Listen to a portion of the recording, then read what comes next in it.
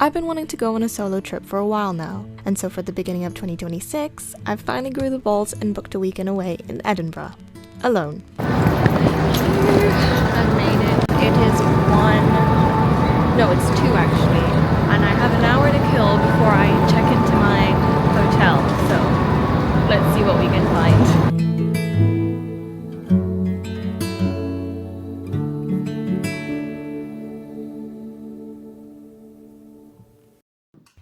If I'm being honest, the real reason why I wanted to go on a solo trip was because I had a lot on my mind.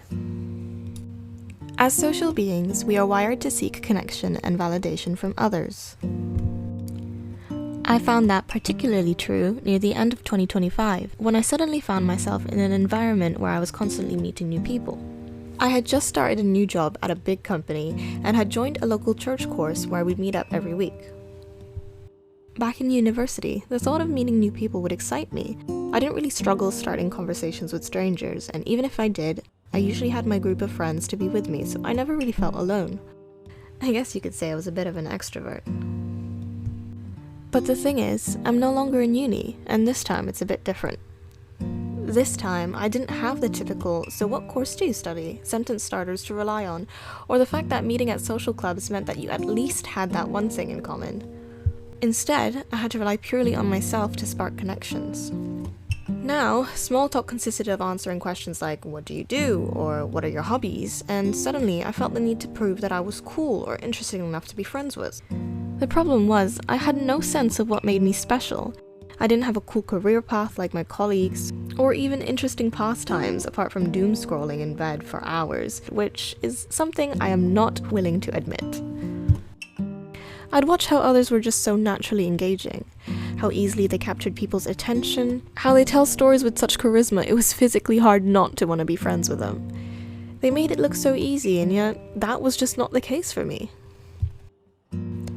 I thought, maybe I'm just boring, maybe I'm not funny enough, or maybe I should just be doing more with my life so I could actually have something interesting to talk about.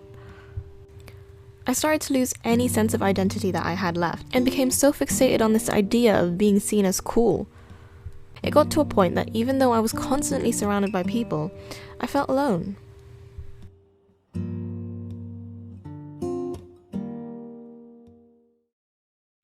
But then something switched.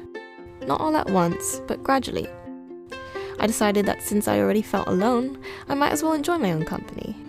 I did it! I knew I needed to be kinder to myself, and to use this feeling to grow from a place of compassion, not shame. So, this is me doing that. I'm finally in Edinburgh on my first solo trip. Whoa. I wanted to go on this solo trip as an ultimate gesture of getting to know myself. Don't get me wrong, I've done many things alone, and I've enjoyed doing so, but I've never done anything as big as this, or for the sole purpose of introspection and self-discovery. And I know, 3 days alone isn't enough to answer all my questions. I don't expect to find myself on the streets of Edinburgh. But what I have realized in all this time sitting alone with myself is that I am a cool person. I don't think I'm boring. And especially after this whole trip, I think I'm cool. Is that stupid to say? I show up for myself even when it's scary, and I have to do it alone. I work hard for what I want, and even if I'm not good at something, at least I gave it a go. And I love that about myself. And so yes, even though I'm not the most accomplished 20-something-year-old, or have the craziest life experiences, I still think I'm pretty darn cool. And honestly, that's the only validation I really need. Not from others, but myself. Anyways, people are only really cool because of the confidence they exude. So as long as I'm confident in myself, eventually others will see it too. I'm glad I did this at the beginning of the year though. I just hope this newfound confidence can continue into the new year.